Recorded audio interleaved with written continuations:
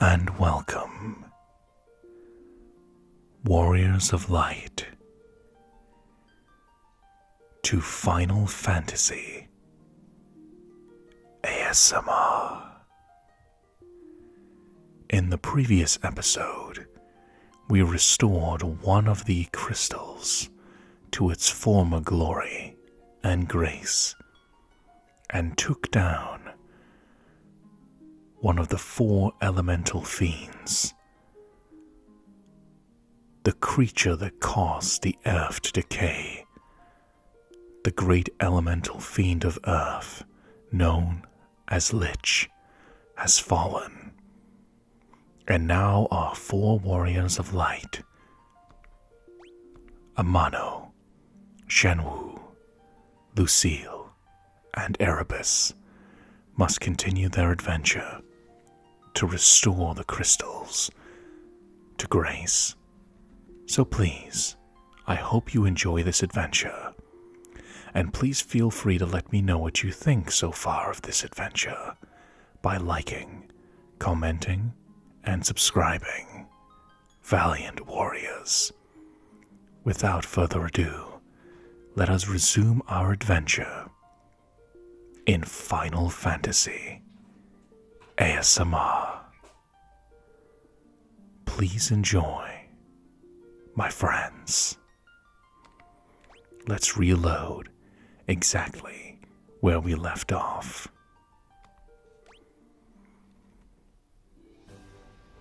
So, thanks to obtaining the Mystic Key from the Elven Prince, we have obtained quite a few treasures, and one of them was the nitro powder located in Castle Cornelia. This allowed us access to the outer areas of the continent and beyond the sea. So, we need to go further into the sea to find lands we have yet explored. We have yet to explore, rather. Before we go out in the sea, we have a secret weapon. Amano has a powerful weapon, the Great Axe, great raw damage, but we are about to go into the open sea. In the previous chapter of Final Fantasy ASMR, we obtained a coral sword, which has less raw damage, but more accuracy. But more importantly, it's a sword that's effective against aquatic enemies. This surely will help us in our adventure. So, equip the coral sword. Shenwu just vibing over here, not needing any equipment.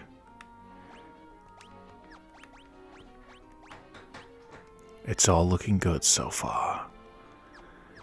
Now, let's go around the continent and see what we can find in our adventure to restore the crystals to their former glory.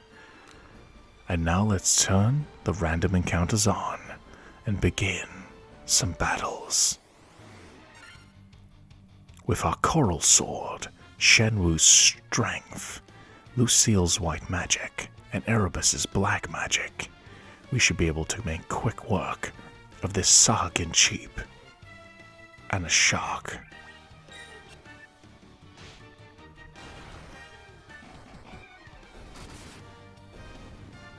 Victory is ours. They fall easily to the power of the Warriors of Light. A preemptive strike. Look at the power gap that has been closed. The previous episodes, where it was much more of a battle, and now these creatures go down easily. The Warriors of Light collectively are pulling their weight as a team much more than they have in previous chapters. Battles done in a mere instant, with nothing but the attack function. I really enjoy playing role-playing games. RPGs where you can really feel the progression of the characters from the very beginning of the game all the way until the end of the adventure. But the Warriors of Light will only grow stronger and stronger as we explore these lands and find more powerful treasures and more dangerous foes to vanquish. These enemies in the sea pose pretty much next to no threat to us, so we don't mind just crashing into them.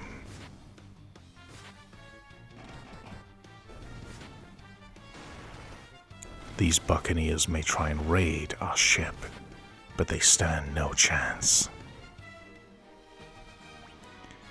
And for our troubles, we got a saber and quite a bit of gil.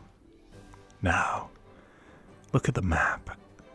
Notice on the world map, there is a crescent shape on the map that we have not explored.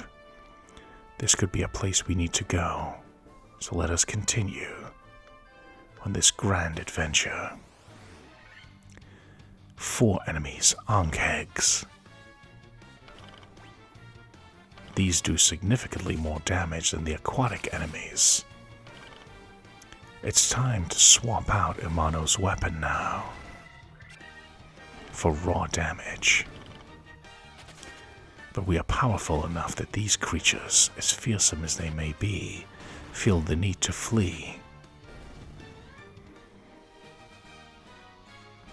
600 gil and a great amount of experience. Now let's swap to the Great Axe. A town amidst this shape of a lake, shaped almost like a crescent moon. That's got to be deliberate. 2 scorpions and the mighty Minotaur. These enemies do more damage, but so do we. And Lucille and Erebus have equipment to better protect them against physical harm.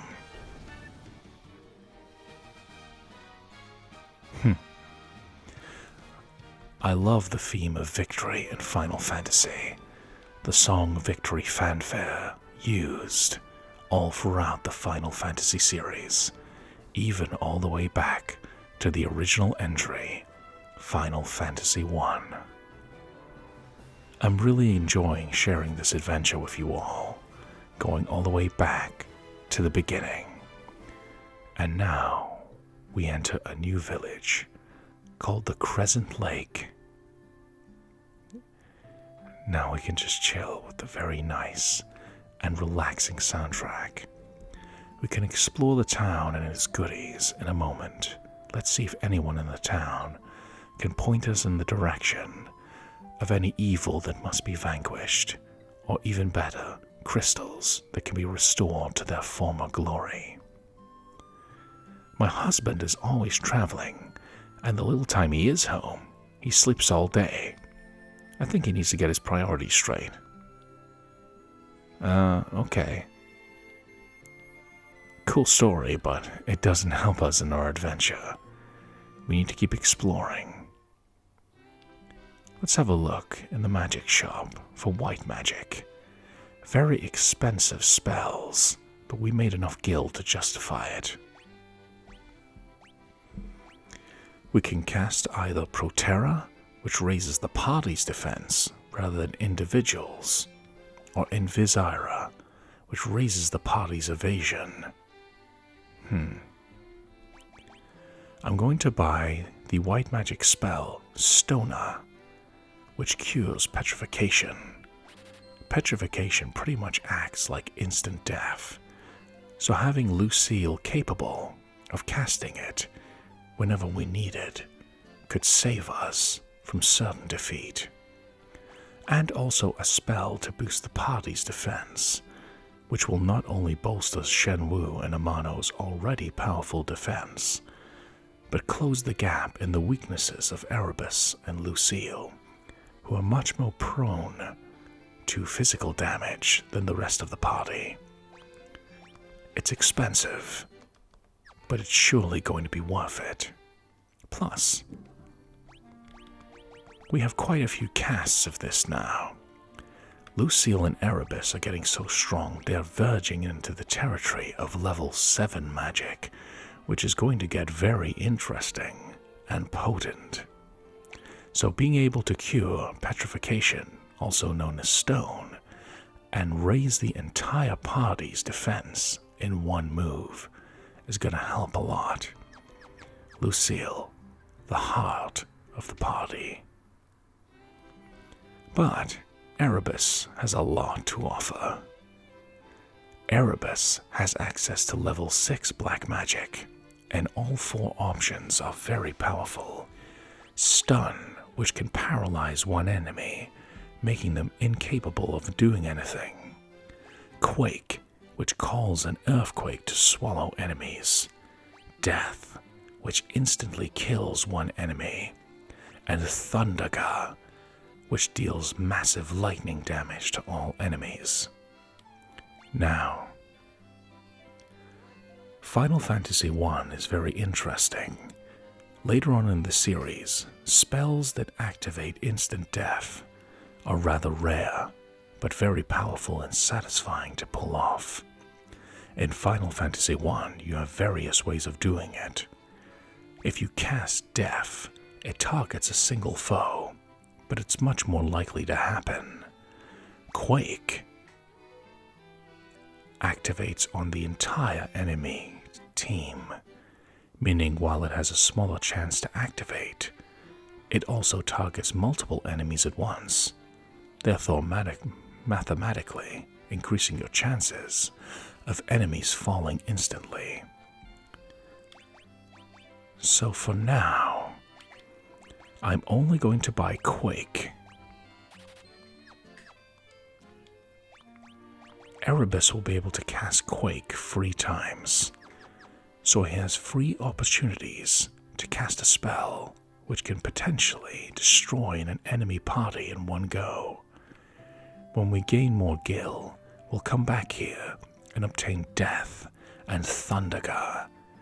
When you have enemies that cannot be slain instantly, Thundaga can be used as a powerful thunder lightning elemental strike that can damage them with magic. I love the sense of progression that Final Fantasy provides.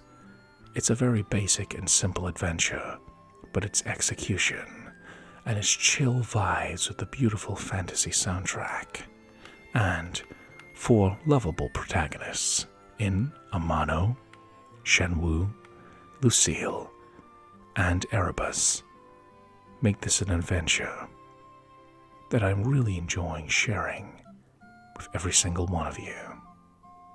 Thank you from the bottom of my heart for watching these videos, and I hope they make you smile, relax, and feel entertained. Now, let's go shopping. Let's go to the weapon store. Don't want to spend all of our gil. We have a mithril axe, which gives you 25 increase to your attack and 10 accuracy. It's an improvement over our great axe, so let's go for it.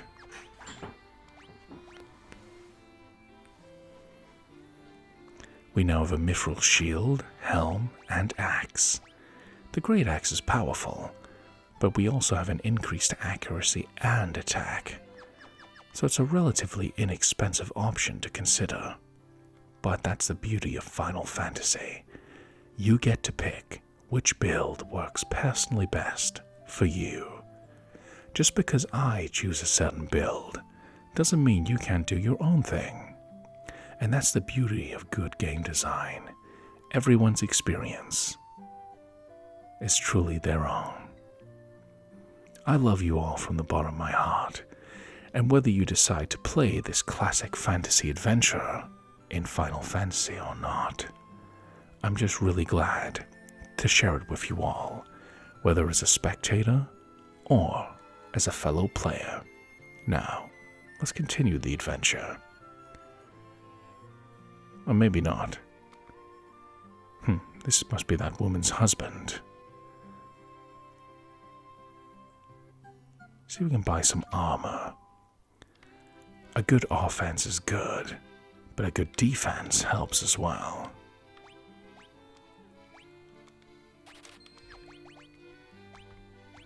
Now Amano has Mithril Shield, Mithril Gloves, and Mithril Helm, which is really going to help bolster their defenses. And a hidden feature of Final Fantasy I you might not be aware of. Just to remind you, the character at the top of the screen is the most likely to be targeted. Not guaranteed, but the most likely. So it's a good idea to put a character with the most defense at the very top. So, Amano has the highest defense of our entire party, whereas Erebus has the lowest. The highest magic, sure, but the lowest stamina. Actually, Lucille is tougher than she looks for a white mage. She's a lot more durable than you might think. Every one of our Warriors of Light has something to offer, and I love that about them. Buying some potions.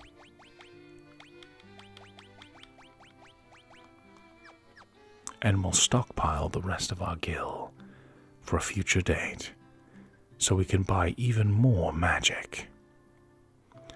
We've got good magic for Lucille, so we'll come back later after testing out our newly bought Quake spell, and then we can purchase Death and Thunderger.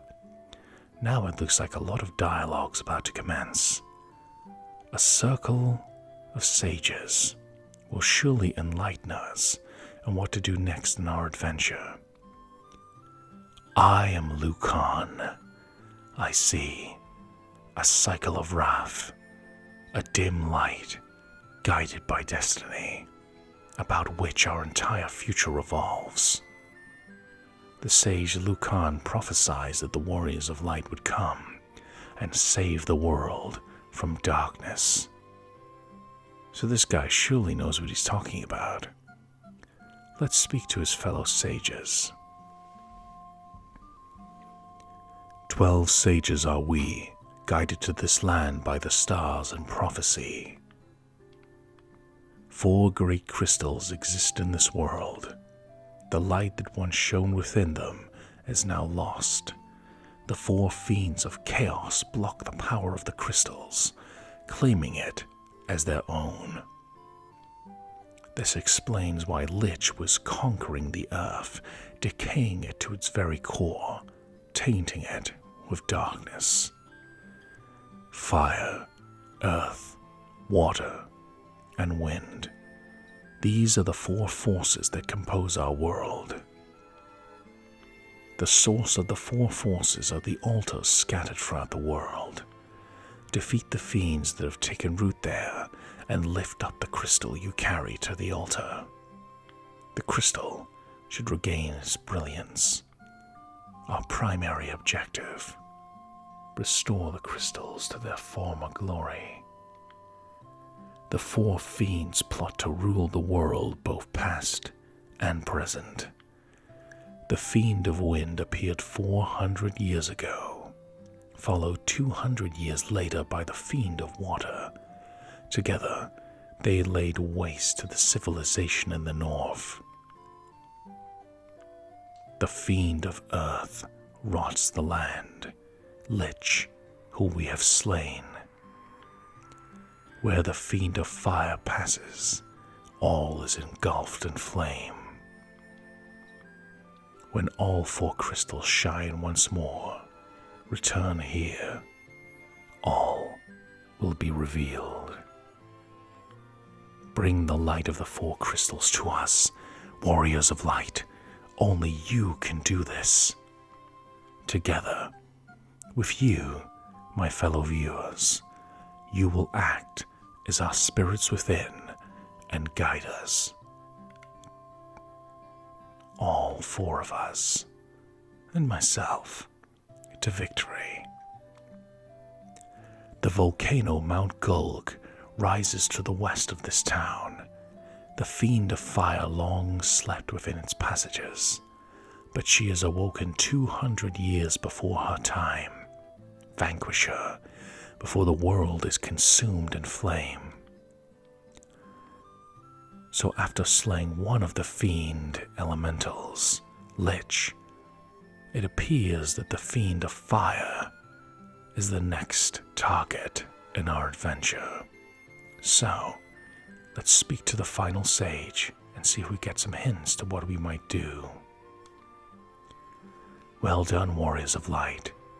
You have defeated the Fiend of Earth and restored the crystal's light. Sadly, this has drawn the notice of the Fiend of Fire, who is not to have stirred for another 200 years. Take this canoe and go face the Fiend and Mount Gulg. The warriors of light obtain a canoe. And this is why it's important to explore the dialogue of every NPC you can find in Final Fantasy. They can give you vital information for your quest, and even items that will make your quest possible to be completed. A canoe, a small boat for crossing lakes and rivers. So, the plan is, we're going to rest up in the Crescent Lakes Inn, and then we're going to go forward to Mount Gulg and vanquish the Dark Fiend of Fire, whoever they may be. With our warriors of light, surely we should be up to the task. And the more powerful foes we fight, the stronger we will become and grow closer to bringing the world back into the light. For 200 gil a night, let's rest up. And hopefully you too, my friends. I love you all. Take it easy.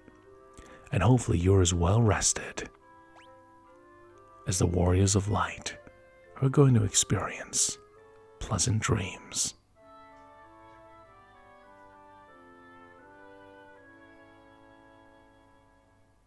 Alright, we're all rested up. We have good equipment, a nice surplus of items.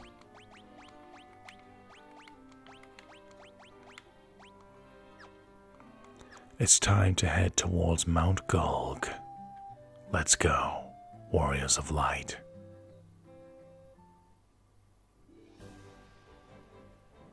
But before we do, let's make sure we're as safe as we can possibly be, and quickly save our game. Save complete. So, we're going to use a little bit of foresight here. We're going to quite potentially fight the Fiend of Fire, Flame. I don't know how powerful this beast, this dark creature of the elements could be. But it's time to make a little bit of preparation. After all, failure to prepare is getting ready to fail. So, I need to go back somewhere and make a little bit more preparation. Now check this out. We now have a canoe, which allows us to transport ourselves across more shallow waters, such as the Crescent Lake. This also opens us up to new encounters with different enemies, powerful enemies. They do a ton of damage to us, and this is what I mean by failing to prepare is preparing to fail.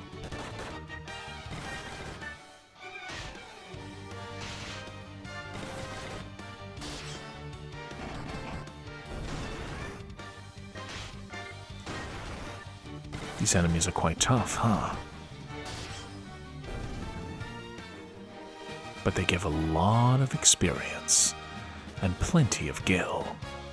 So, before trying to tackle the Fiend of Earth, we're gonna go back somewhere we've been before.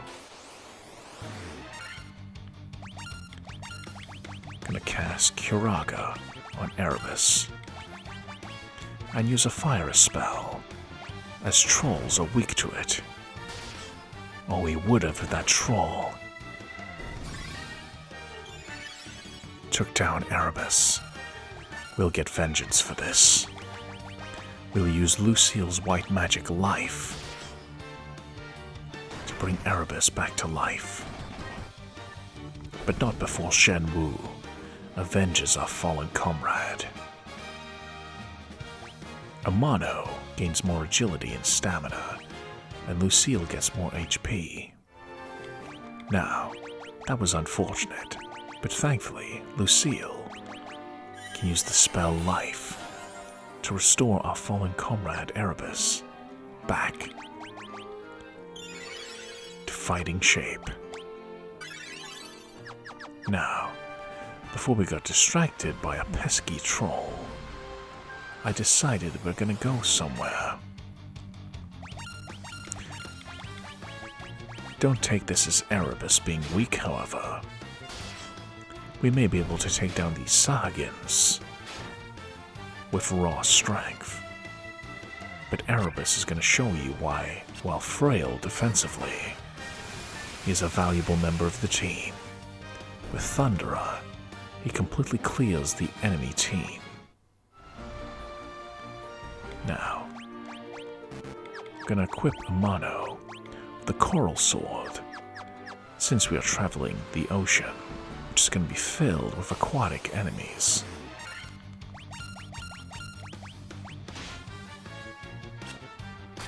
It's mostly troublesome when all the enemies decide to attack Erebus or Lucille, who are the most frail of our party members. But Erebus levels up and gains a little more stamina, which he also desperately needs.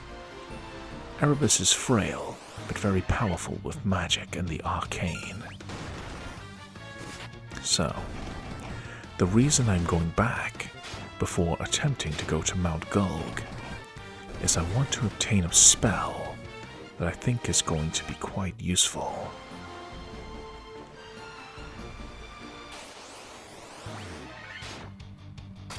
These pesky aquatic enemies, but thanks to Amano's Coral Sword, we can pretty much one-shot these enemies. And then Shen Wu doesn't care about your elemental weaknesses. They're just gonna hit you with martial blows one after the other, not caring about your elemental weaknesses at all. And Lucille and Erebus are still doing solid physical damage. Go turn the encounters off now. Now, I wanted to return to Elfheim, because there's a certain white magic spell I want to obtain for this chapter of Final Fantasy ASMR. Now, if you look at Lucille's spells, she can currently cast Heal, which restores a little HP to the entire party, Cura, which restores quite a lot, and Diara for damaging undead enemies. While initially very useful, Heal was a nifty little multi-heal spell, but now it's beginning to fall off in terms of usefulness. We have plenty of potions now thanks to the guild we have obtained, so outside of battle, we're just going to hit our allies with lots of potions. So we're going to forget the heal spell, because we have Healara, the superior variation of that spell. Now the reason we're forgetting a spell is so we can learn a new one. A spell called Null Blaze, which reduces fire damage by half for the entire party. Now think about this for a moment. We're going to head towards Mount Gulg, an area which is possibly going to be infested with many creatures of the fire element. So having Lucille capable of casting a spell to protect us from fire damage by at least half on the entire party, that should serve us very well. And Lucille can also protect us from lightning damage and ice damage. This gives Lucille very good coverage and ways to defend her friends.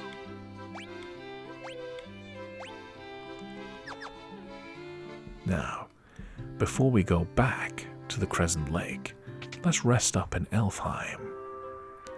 The reason we're doing this is simple. Money. We've got to have money. It saves us 100 gil a night. And we will restore our Warriors of Light back to full health and MP. So Lucille can cast Null Blaze 6 times because it's technically a lower level tier of magic. But if we're going into a possible mountain filled with fire elemental enemies, having this will do more good than doing a small heal on the entire party. Now, let's head back to the Crescent Lake. Failure to prepare is preparing to fail. So, you never know. The ability to cut fire damage in half surely is going to be very useful.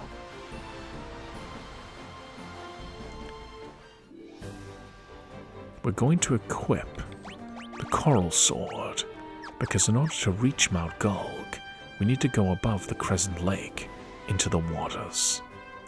And in these waters reside aquatic creatures which are susceptible to the Coral Sword's power.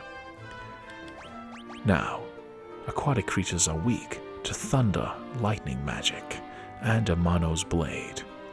Lucille will serve as valuable support, healing and protecting, and Zhenwu's just gonna chop and punch him away. I think this party is well balanced. So, let's go canoeing.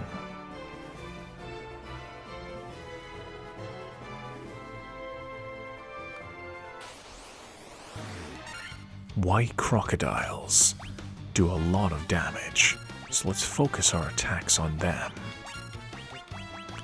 And I'm also going to make Erebus cast Thundera, which should be very effective against them.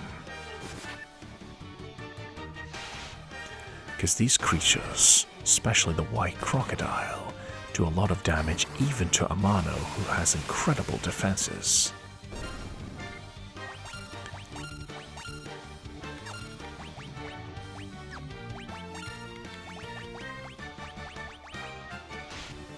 These enemies are tough, but they drop a lot of experience, which we need to close the power gap.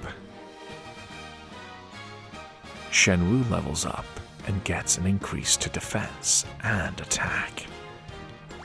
That's only going to help us even more. So even though we will encounter enemies which are much more strong than we're used to, it gives us the opportunity to strike.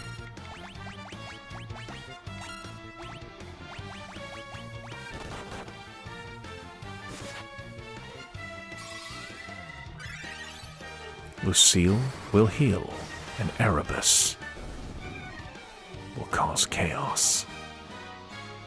2,000 gil from a single enemy.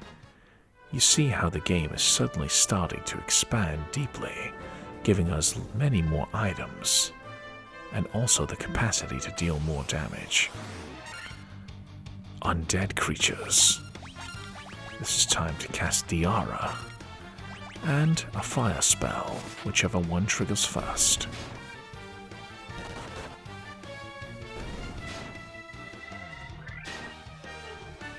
Diara will damage undead enemies.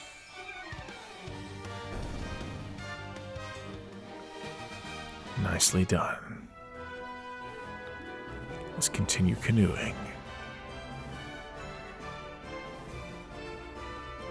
So we've been this way before, as these enemies are very familiar.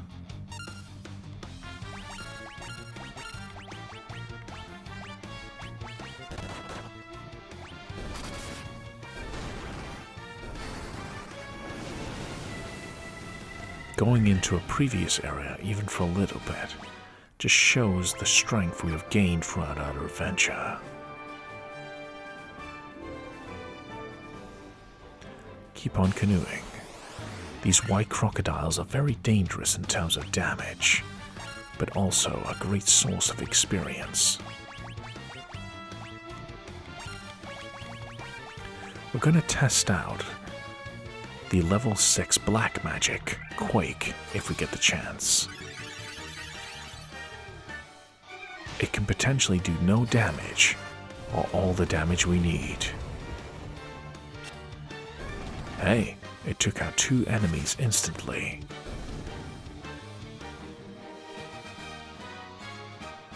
Great experience, great gil increase. So the Quake spell in Final Fantasy acts as an instant death spell, which applies to the entire enemy party. So let's try and cast it again.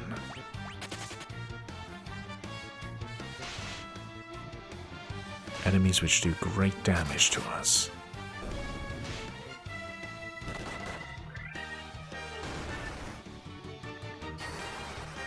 It doesn't always work, but that's okay. It's worth it for the chance to take out enemies instantly.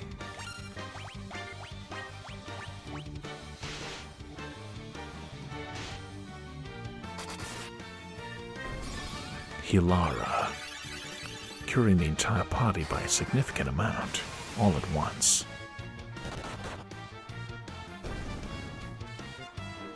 Excellent experience points and gil.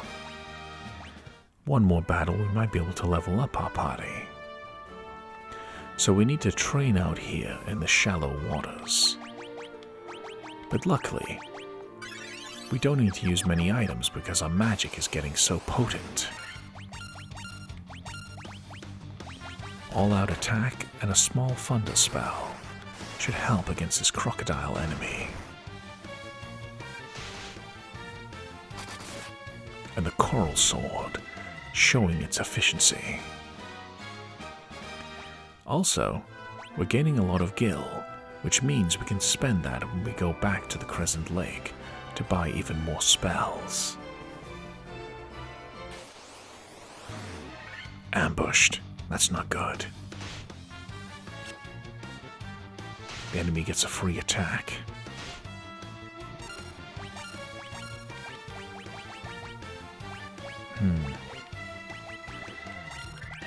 We'll give it another go with Quake. The animation triggering means it worked on at least one enemy, so it took out 2 of them instantly. We can't use the Quake spell that often, but it's that worthwhile using. Because being able to instantly fell even one opponent instantly is very valuable.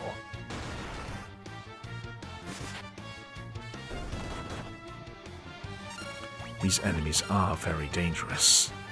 See if we can take them out quickly. Shenwu getting dangerously low on health there. But we are rewarded for facing hardship by leveling up.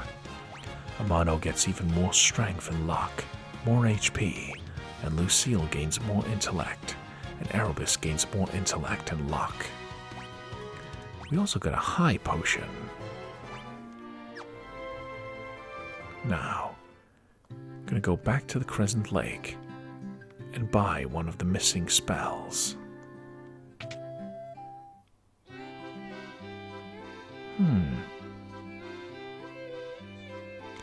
We're going to buy the black magic spell, Death, which is an instant death spell similar to Quake, but it targets a single opponent, but it is much more likely to trigger. So, if we want to try and wipe out an enemy party, we use Quake. If we want to take care of one individual enemy, we cast Death. And if they're not susceptible to instant death, we're going to purchase Thundergar, a very potent lightning thunder magic. And since we're going to do a little bit of training in those shallow waters in the canoe, I think that's a great idea to gain experience and gil. So we're going to rest up in the Crescent Lake Inn. Even though we spent 200 gil to stay here, it's going to pay off big time. because the more we level up, the more Erebus is going to be able to cast this stuff. We went from being able to cast it 3 times, Quake, Death, and Thunderga, to 4 times. And that's going to make leveling quicker, which means more casts, easier battles, more gil, and more experience. Look at this enemy, a Neo Shoe.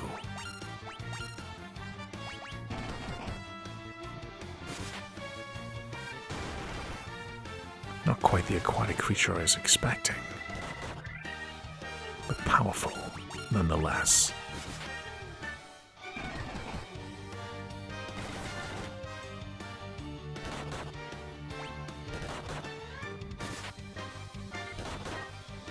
Does a ton of damage to us. It also inflicts poison. Very tough. But Shenwu levels up again, gaining more luck. We need to heal up again already. We'll use an antidote to cure Shenwu's poison. And we have plenty of potions. 99. I got 99 problems, but a potion ain't one. So not only aquatic enemies spawn on the Crescent Lake, but other things as well. Let's test out Thunderga. While it's not guaranteed to destroy the enemies, it's a very powerful attack.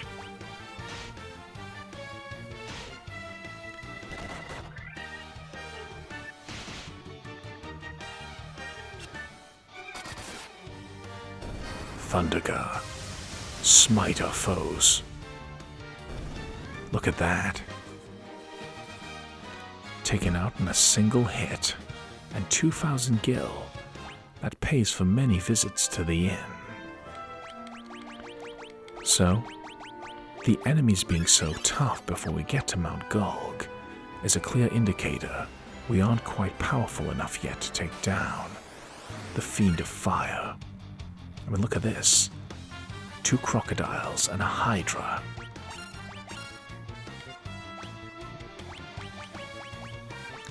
I'm actually going to protect the party just in case with Proterra and cast another Thunderga.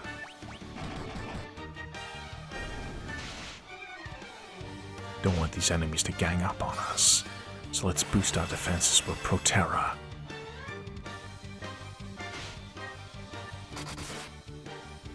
Thunderga. Smite the hydras. Even with Thunderga, one of those hydras hasn't fallen. But one more strike takes him down. Keep training. This is just a taste of the enemies that lie ahead of us. Aquatic creatures. We'll use Thundera because there's less of them.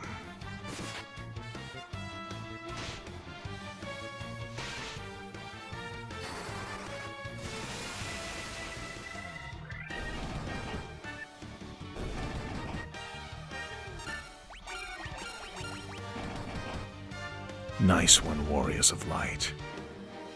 More gil and more experience. Getting close to another level up. Use Lucille's Healara to save us using our potions. Our training is paying off. We went from having next to no gil to 7,000 for only a few battles.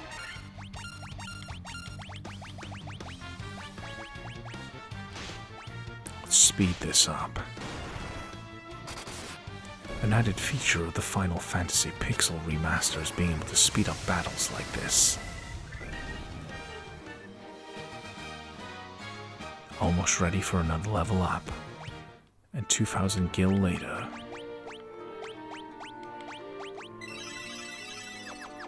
Using our smaller heal spells to maximize our training. An Ochu. I believe these creatures are weak against fire, so let's try Firaga. Or even better, We have one cast left. Let's try out the instant death spell. Or Shenwu and Amano can just sweep in and destroy them in a strike each. Alright, I can work with that. More strength, more agility, and more stamina.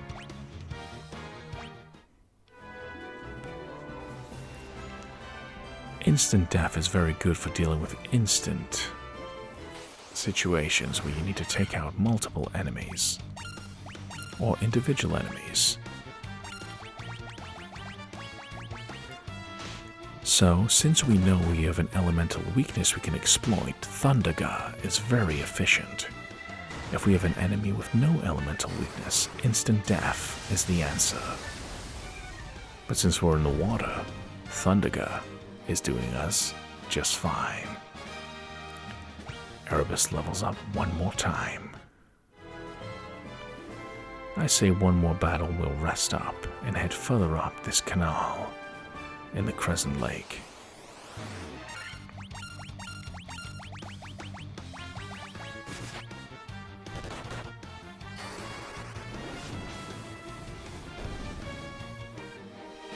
Shenwu levels up. More strength, agility, and stamina. Alright. I like this. Let's rest up one more time in the inn. We're gaining a good amount of power. Apologies if it's a little bit monotone, but training is necessary. After all, we train hard so we can fight easy. So when we eventually get to Mount Gulg, we'll be able to fight so much better. We have a preemptive strike. Thunderer and raw attack.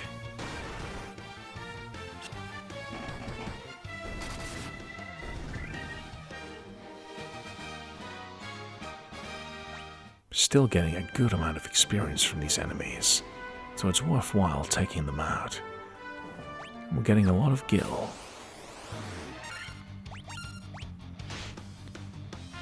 All reliable. Attack with the whole party and cast Thunderer to weaken them gradually. Lessen their attacks.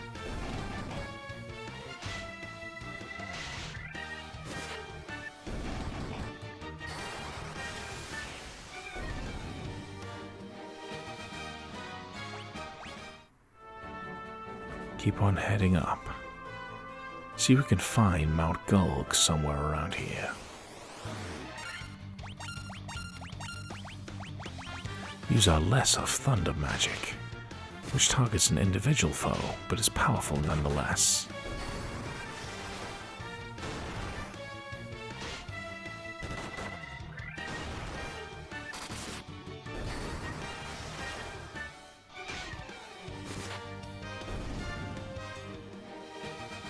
Nicely done, Warriors of Light. And we're making so much gil through these random encounters that buying more potions isn't going to be a big deal. They're cheap enough and they do the job. A little bit boring, but practical for our purposes. As long as these enemies continue to drop really good experience and gil, let's keep doing what we're doing. Because now these enemies are starting to flee instead of fight us.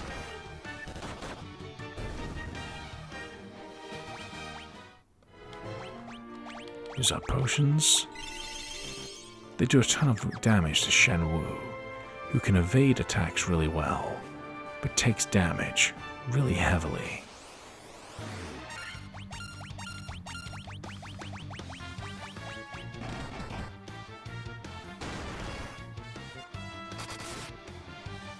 The Ochu goes down easily. It doesn't drop as much gil though.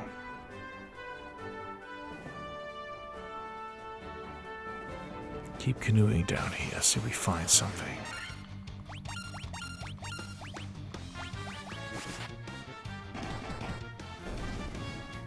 Nice. Close to another level up.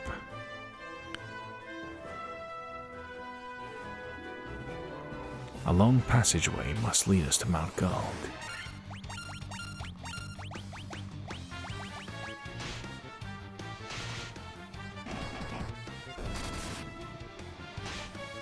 cast Thunderer.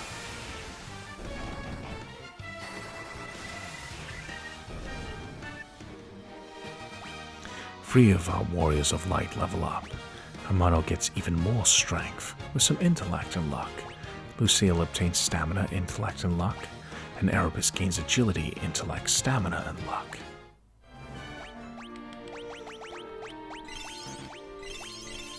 As is with Final Fantasy games, sometimes you just gotta bunker down in a certain area and just fight the enemies that keep appearing before you, because they will give you the experience you need to survive encounters such as this one. Look at this. 4 hydras and 3 crocodiles. I'm actually going to cast Proterra to raise the party's defense. And we're going to try things out with a quick spell.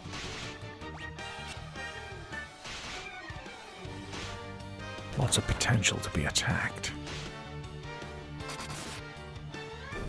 Let's see if Erebus's quick spell pays off. Oh no, it doesn't. That's not good. That's really not good.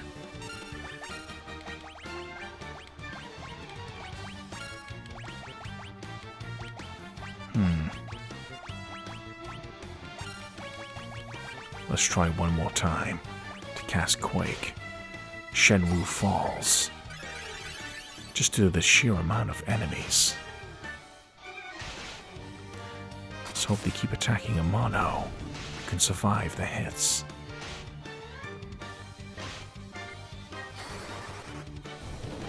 Quake triggers, but how many enemies did it take out? 2 of them.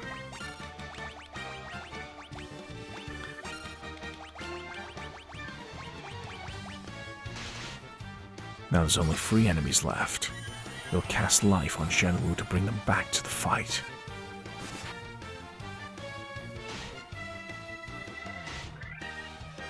Thunderer, Erebus, wipe him out.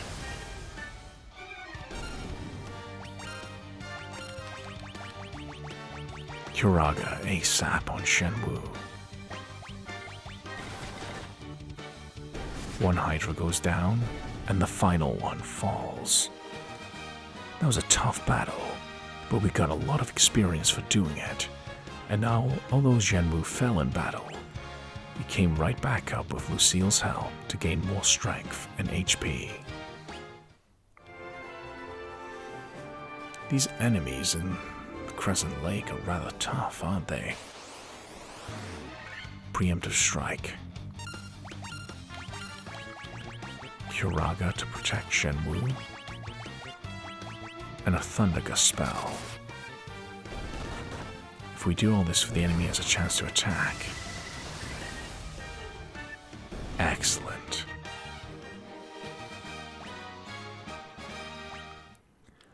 We're starting to hit the wall with our characters leveling. 1 Curaga spell fully heals Shenwu.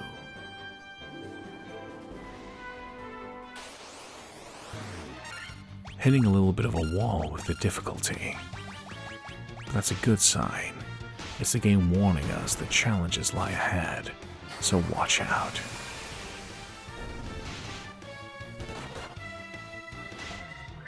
It means we need to get even better equipment and spells than we already have, even though they are serving us well enough to survive into the next day. Let's rest up once more. Gotta be able to survive the adventure after all.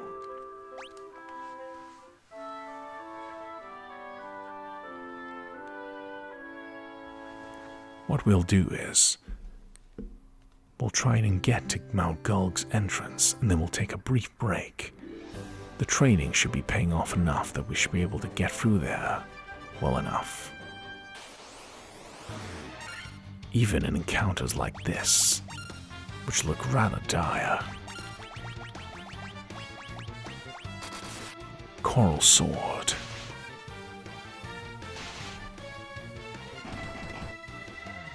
One enemy goes down. Thunderer, attack them all.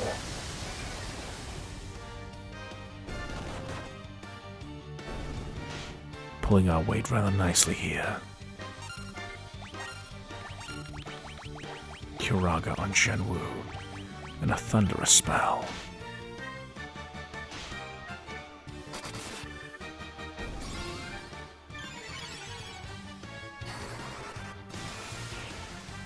Good teamwork, everyone.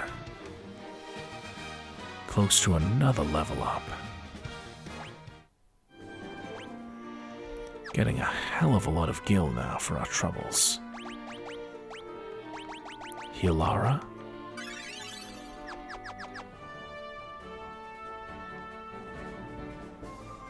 It's almost like a labyrinth here, but we went through labyrinths before. Can you tell me which videos I made in the past in which we explore some labyrinths? Let me know in the comments, my friends, as we continue in Final Fantasy ASMR. Even as Shenwu falls, we will get right back up with the heart of a warrior and a martial artist. Whole party levels up.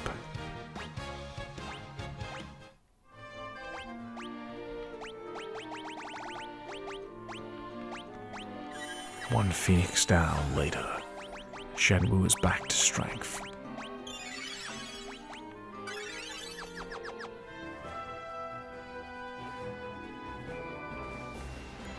See if there's a way through here.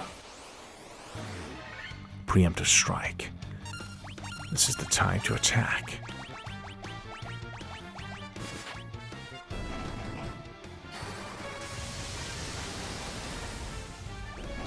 Thundergun and Shenwu's strength. Clears a tough encounter.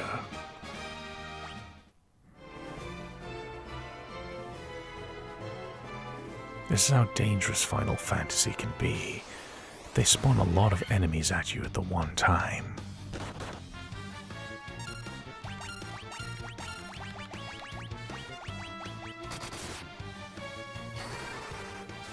Cast the death spell,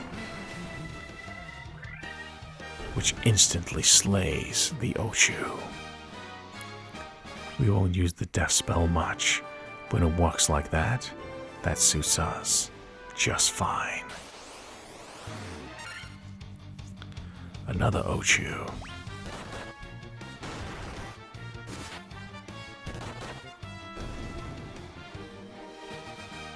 Shenwu's almost about to level up one more time.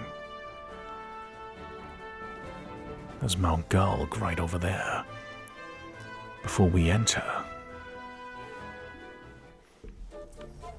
this looks like a very dangerous area. So, it's time to use something we've been stockpiling for a while once we take out these warg wolves.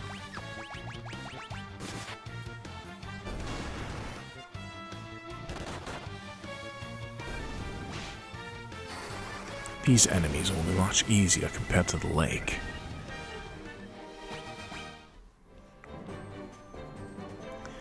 Before we adventure into Mount Gulg, I'm going to use an item we've been stockpiling for a while. We have items we can use in the overworld, such as the sleeping bag, which restores the party's HP partially, the tent, which restores a little bit of MP as well as HP. We're going to use this, a cottage.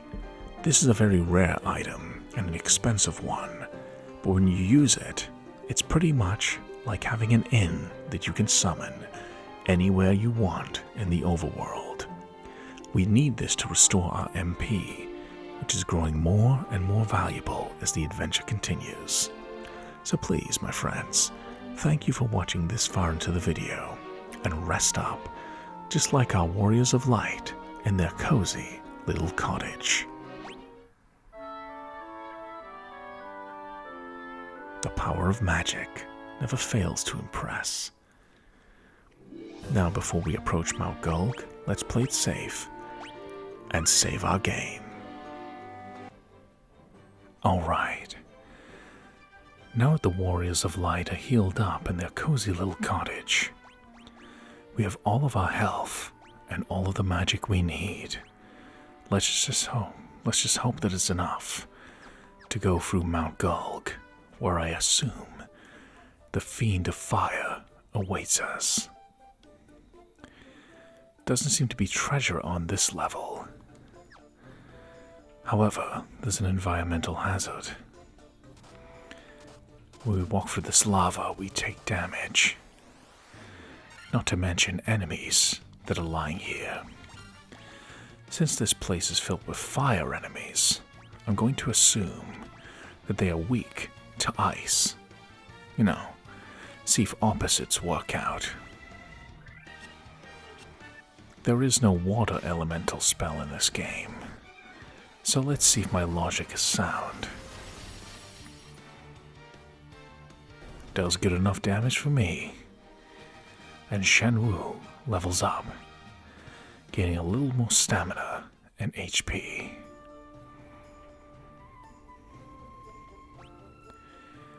So the door is completely opposite over there. Oh, there's a lot of treasure in this area. What I'll do is I'll actually turn encounters off and grab the treasure first.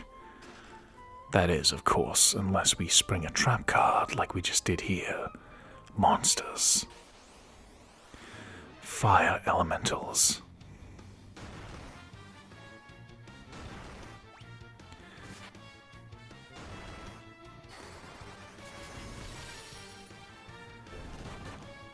Ice magic works very well against them. A mithril helm. We already have that for Amado, but while we're here, we are going to equip the Great Axe.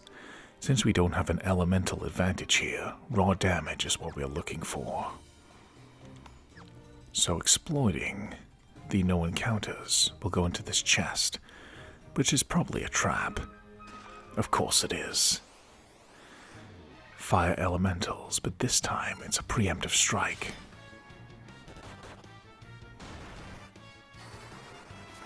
Blizzara does really good damage to them. Good experience points and gil. And the treasure inside. 1,520 gil. Nothing to laugh at. So even with encounters off, we're bumping into enemies.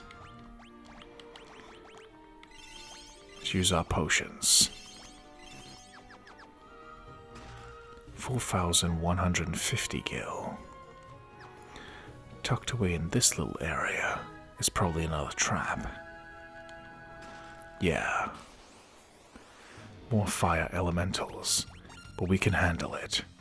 Blizzard will use a level 2 spell this time, as Shenwu and Amano's raw attack is doing a lot of damage. Conserve our more powerful magics from when we truly need them. Excellent. The chest contained a great sword. Sounds like just the thing we need for Amano. Excellent. It only has one less attack point than the Great Axe, but the accuracy boost is tremendous. Guess that's why they call it a great sword. So now we have a good raw elemental weapon. Just pure, straight damage. Which means we have a weapon that not only does a lot of damage, but has a capacity to hit many times. Let's test it out on these monsters inside this treasure chest as a trap.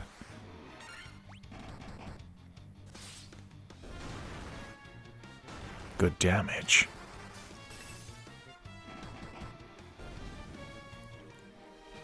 Team doing rather well here, and Amano and Lucille level up. More strength and stamina for Amano, and more luck for Lucille. 1250 gil is a reward. Oh wow! This entire area down here has treasure chests. Our training is paying off. A monster over here. More fire elementals.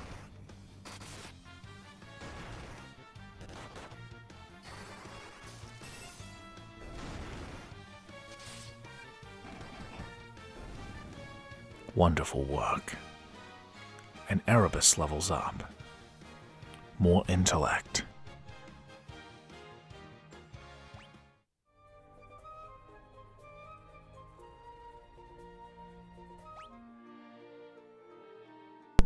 Now let's heal up. Use our potions. We don't mind using so many because we can afford to buy more. We have over 50,000 gil after our many battles after all. Now, many treasure chests lie here. There will be good treasure inside, but also potential for many traps. Mithril gloves, a mithril helm, a high potion, a tent, 1975 gil, monsters, a lava worm,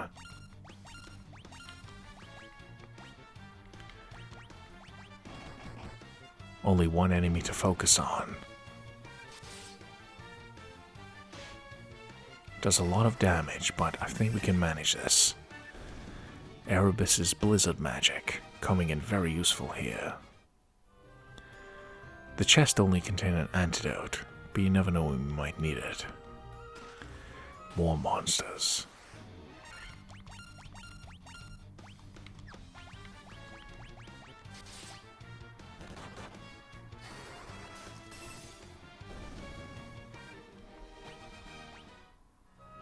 $1520 gil. 1760 gil. A mithril shield. A mithril axe. Phoenix down. And more monsters. Try and take this lava worm out quickly. Wonderful work, team. 1455 gil.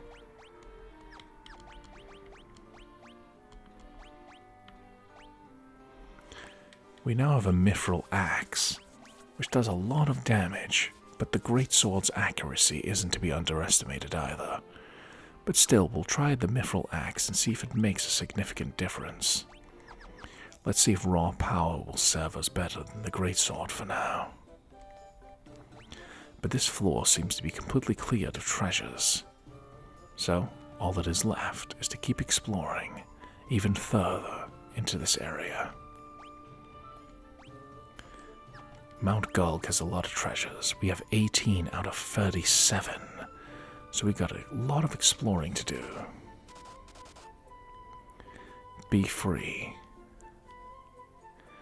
There's the exit out there. Any hidden passageways?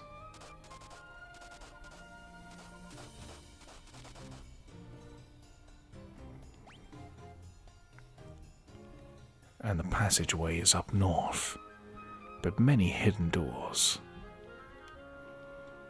Oh, wait a minute. Let's turn the encounters on.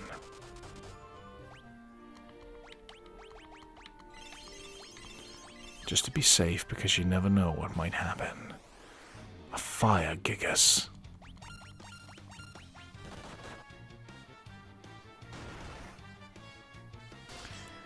They do decent damage, but the mithril axe is doing some decent work to them.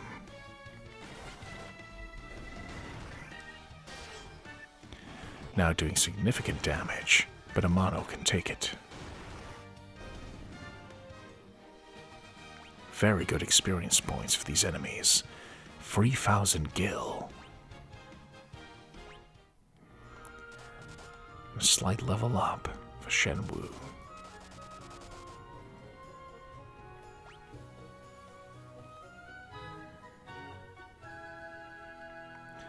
The exit's over there.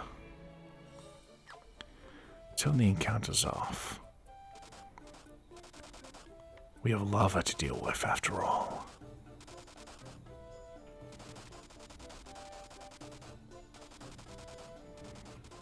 We can heal this off when we're done.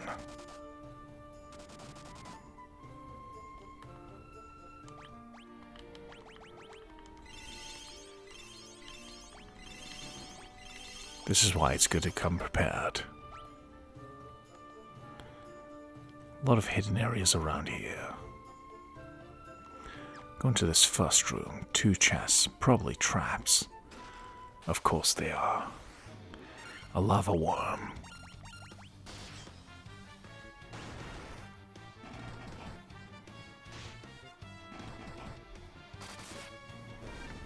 Great job.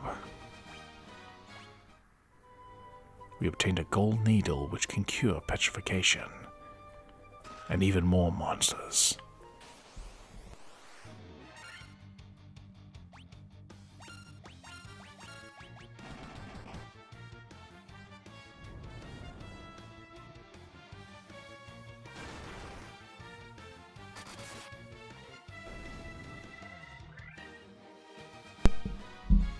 The fire lizard falls. But we get 2750 gil. Because we're inside this room, we can see the hidden treasures. We haven't missed any in that previous area. So if we go left, we should find a lot of chests. Another fire gigas, only one of them. Let's take him down fast. Warriors of Light, doing very well. 1760 gil. We'll switch the encounters on and off depending on the strength of our foes. Cast the spell Blink, which makes it harder to target them. But our sheer strength is able to overwhelm them. Treasure chests, antidote, more monsters. This is where this training in Lake Crescent is paying off. We don't need to exploit any elemental advantages. Raw force is enough. And we got 7,340 gil. More monsters. Probably another lava worm. And it is.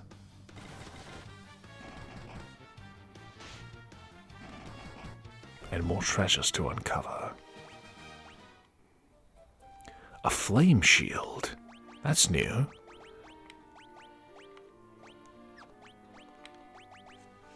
The flame shield offers more protection than our mithril shield, and it guards against ice. While we're in a volcano, we are not against enemies that cast ice.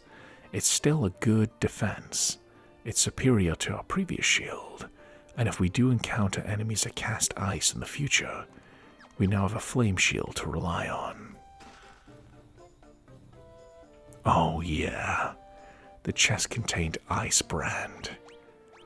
The Mithril Axe is a very powerful weapon for a mono, but this is the best of both worlds. The Ice Brand has superior attack and accuracy. The most powerful weapon we have by far. But not only does it have great attack and accuracy, it's imbued with the power of ice. It is called the Ice Brand after all. But where are we right now?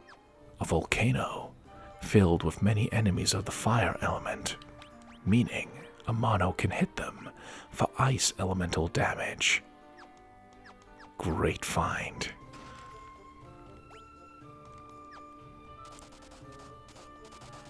Now we have a powerful weapon for Amano to use. Ice Brand one-shots these enemies. Not only does Amano have great strength to take down our enemies, but we can now use elemental advantages to our advantage.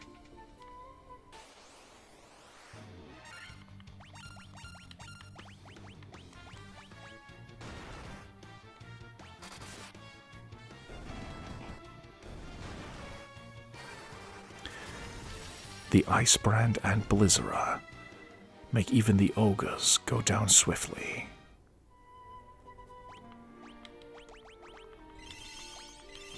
Things are going very well thanks to our new weapon and the combined efforts of Shenwu, Lucille, and Erebus.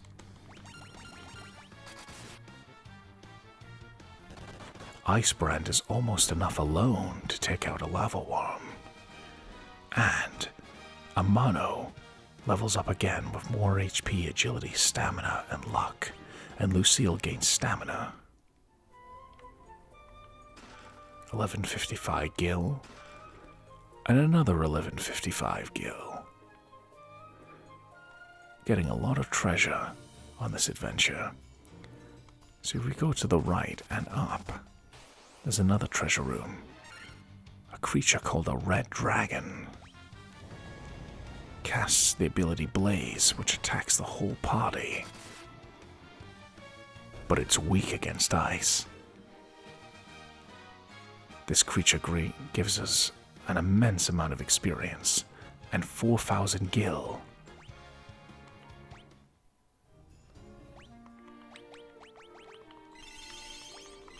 Starting to run lower on these potions, but you can see how useful they're being. The combination of enemies and the lava inflicting small amounts of damage to us is apparent. Potion, 2,000 gil, and a cottage. So now we have an inn to summon whenever we want. So whenever we enter the open world, we have the option to have a full rest. Monsters. Fire lizard. Probably weak against ice. And it is.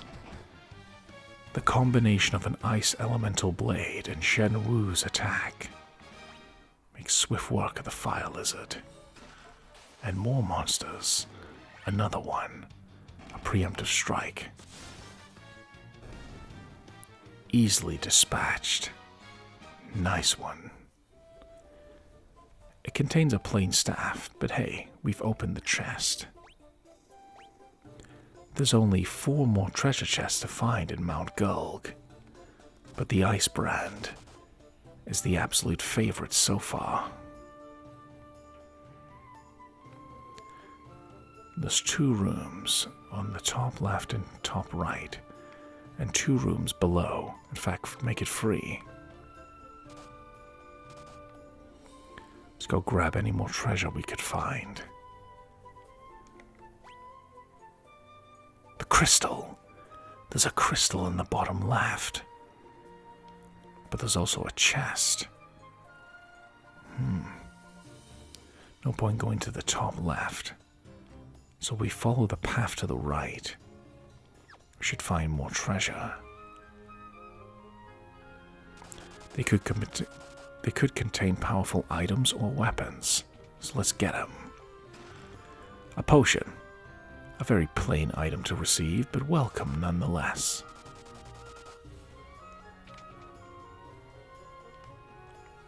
Another potion. Wonderful. 2 more treasure chests left. That's probably going to make it this one in the top right.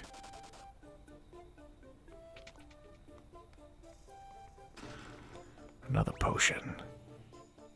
So where's the last one? Ah, it's in the very left. On the west of where we entered this room.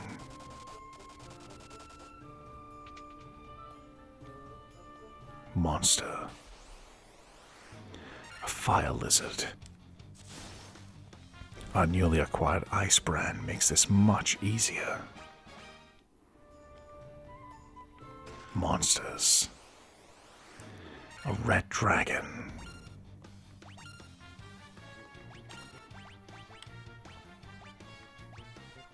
Blaze.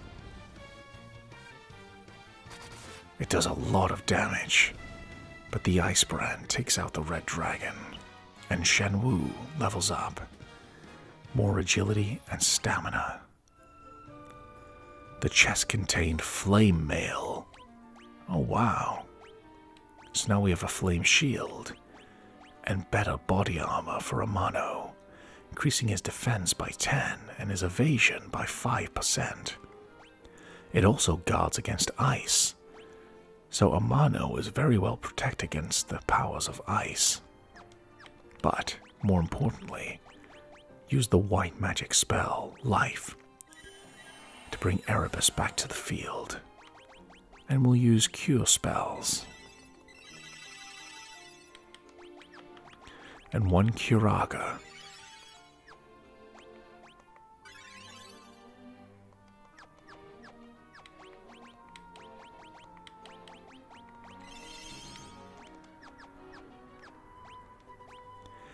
We have obtained every single treasure chest in Mount Gulg. That's very good. There's a room with a crystal visible on the map. It might be this is where the Fiend of Earth resides. So I thank every single one of you from the bottom of my heart for making it this far in this chapter of Final Fantasy ASMR. Amano, Shenwu, Lucille, and Erebus, thank you. If there's a crystal ahead, we're going to play it safe and make a little quick save, just in case, no matter what might lie ahead. Now, let us go forth and potentially raise one fallen crystal back to grace. A crystal of fire. So you are the ones who defeated the Fiend of Earth and roused Marilith from her slumber.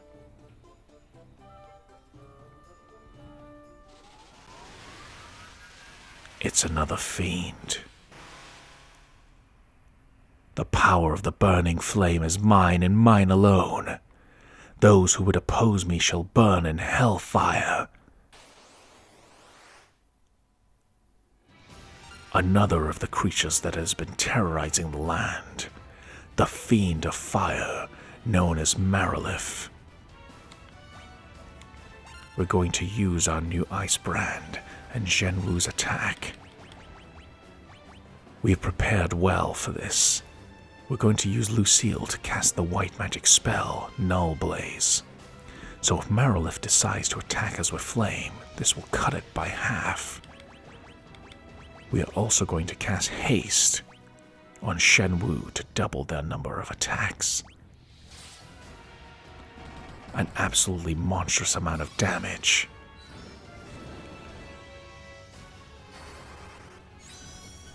Almost able to one-shot Shenwu.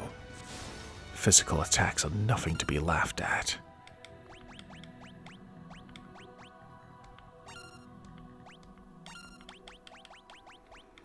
We're also going to cast Proterra to raise the entire party's defense and focus on healing Shenwu. Fire!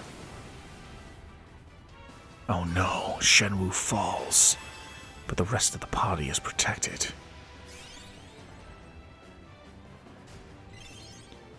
While he is down, at least we're healing Amano. Going to use a Phoenix down. Let's see if we can cast Silence on Marilith, cut off their access to casting magic to attack the Warriors of Light. Also going to cast Temper on Amano to boost their attack. We need to get tactical here to fight the Fiend of Earth. Shenwu rises again.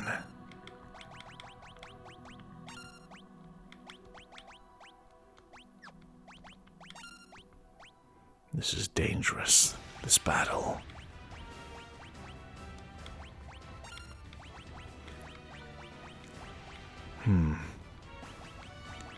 See if we can cast Haste one more time on Shenwu.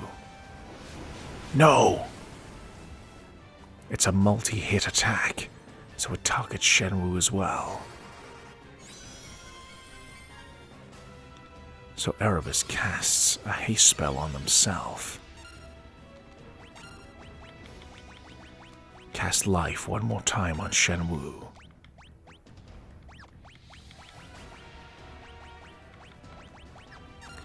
I think we need to focus on cutting off these multi-hit spells.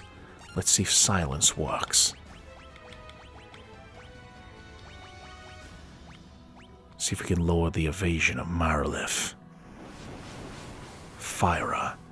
Its damage is reduced thanks to the effects of Null Blaze used by Lucille. We missed a silence spell. Unfortunate. Let's see if we can do our very best to cast Silence on Marilith. Cut them down to physical attacks.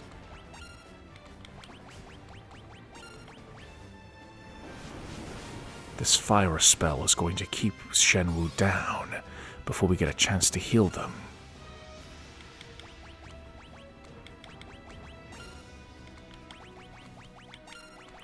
We need to cut off their access to magic by any means necessary. Heal our party with potions. Marilith is very strong, like the piercing fury of flame itself. Focus on keeping Lucille healed. She could be key to victory here. Hold. A paralyzing spell.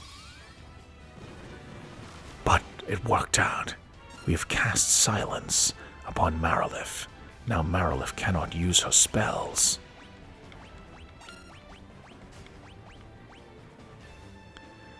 They try and cast fire, but it doesn't work. Now with life, Shenwu is restored back to life. Everyone focus on healing Shenwu. We need as much offensive force as we can muster.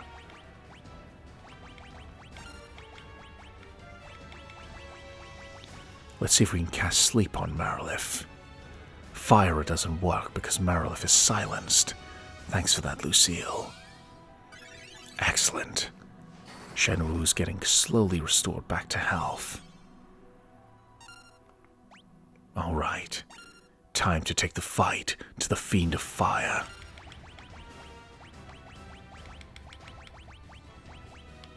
Let's raise the party's defense again. And now, let's also cast Thunderga. Smite the Fiend of Fire, Marilith. Marilith tries to cast Dark, but due to being silenced, it will not work. Now we are bolstering our party's defenses. Our teamwork is serving us very well here.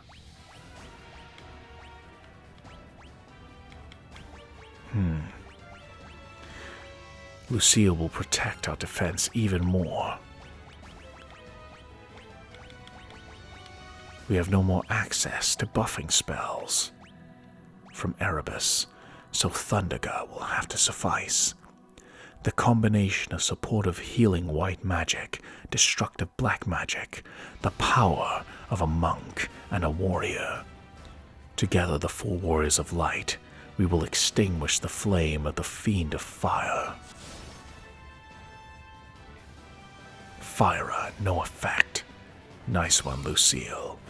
As you protect our allies from harm and damage. Shenwu and Thunderga.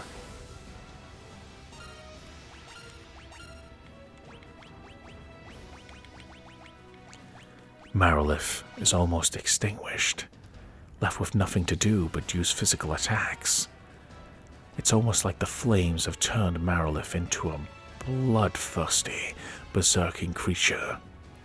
Almost so obsessed with casting magic on us, they are forgetting to attack us with their physical strength. We turn their fury against them.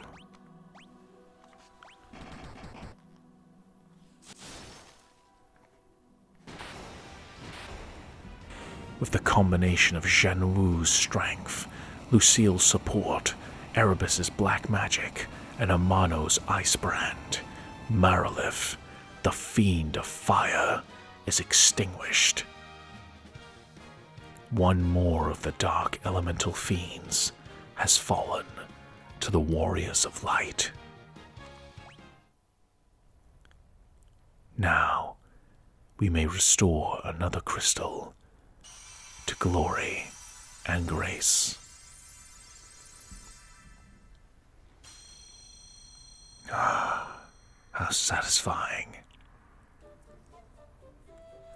Marilith was a powerful foe, but our harsh adventure has given us a great reward. We have a lot of gil to spend now, and now 2 of the crystals are restored to glory. This is the altar of fire from which the power of fire flows forth, restored to its former glory. And now we can exit Mount Gulg. Lich and Marilith have been slain. This just leaves us with one thing left to do. Go back to the Crescent Lake and report our progress to the sage Lucan and the other sages who must have wisdom that will guide us forward in our adventures. As we canoe merrily back to the Crescent Lake, I must thank you all from the bottom of my heart, my friends, for making it this far into this chapter of Final Fantasy ASMR.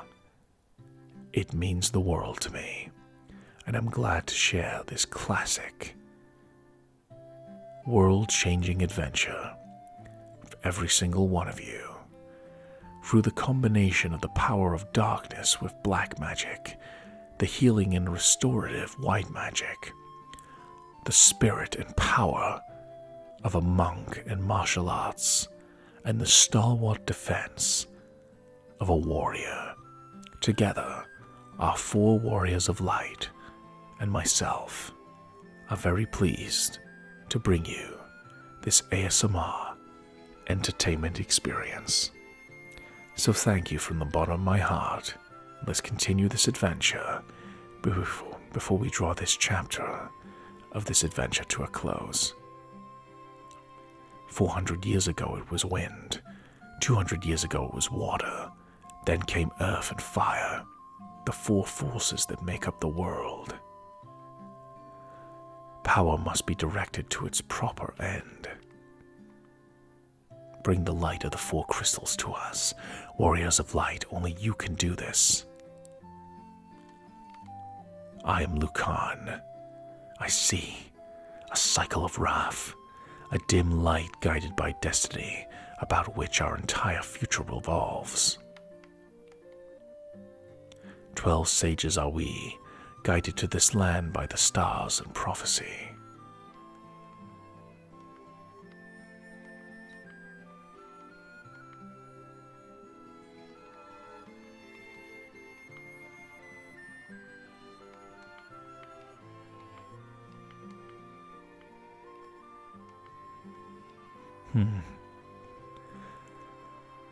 We still have 2 more elementals to conquer. Whatever their names are, we still have to conquer the Fiend of Water and the Fiend of Wind. As I get ready to rest up alongside the Warriors of Light, I thank you from the bottom of my heart. I am Alakazam ASMR, and I hope to bring you an entirely original and its execution of an ASMR entertainment experience. And I thank you so much for making it this far in the video to its conclusion. Please join me next time in the next chapter of Final Fantasy ASMR, where we will go towards conquering the Fiend of Water, no matter what its name may be. And no matter who you may be, I only hope you have a wonderful time, my friends. Whether you watch this video for entertainment, relaxation, or perhaps a little both, I hope you're as well rested as the Warriors of Light are about to be. So Amano, Shenwu, Lucille, and Erebus wish you a heartfelt farewell. Take care, dear Warriors of Light, and you, my friends, and I'll see you in the next chapter of Final Fantasy ASMR. Please like, comment, and subscribe, as it will greatly benefit this channel. But besides that, take care, my friends. I love you all. I truly appreciate your company. Rest up, kick back, take care of yourselves, and adios, my friends.